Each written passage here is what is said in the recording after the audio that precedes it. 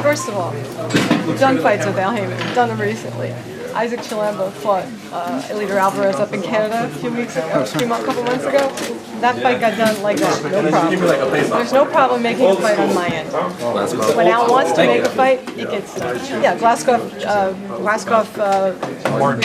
and Martin, and actually we're having talks about Glaskov fighting Wilder when that opportunity arose and we decided to go for the IBF title.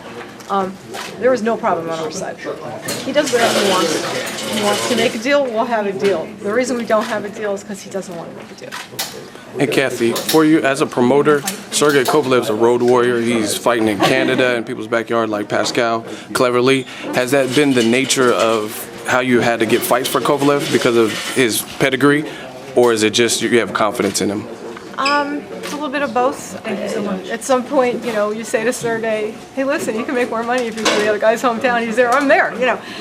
It's wonderful to work with someone who is a competitor and just wants to test himself. When he went to fight Nathan Cleverly to win the title, that fight had to happen there. We weren't getting the fight anywhere else. We fought Bernard Hopkins in Atlantic City because Bernard is popular there. Philly, yeah. And we wanted, you know, Sergey's home is in Russia. I mean, we'll sell out a stadium with him there very soon. It's just, we had to introduce him to the American public, to the Canadian public. So what's happened right now, Sergey is actually the most popular fighter in Canada at the moment.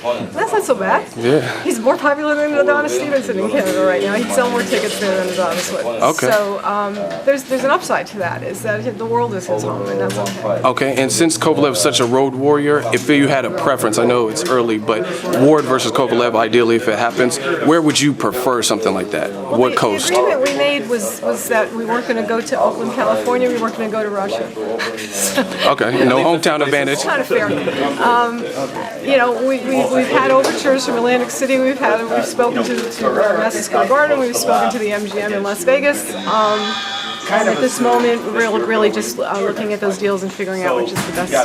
There's really no preference. It's where the most money is. That's really what's going to drive our decisions. Okay. And you got Curtis Stevens. You worked with Golden Boy to get him on the CANELO undercard. How did that come about?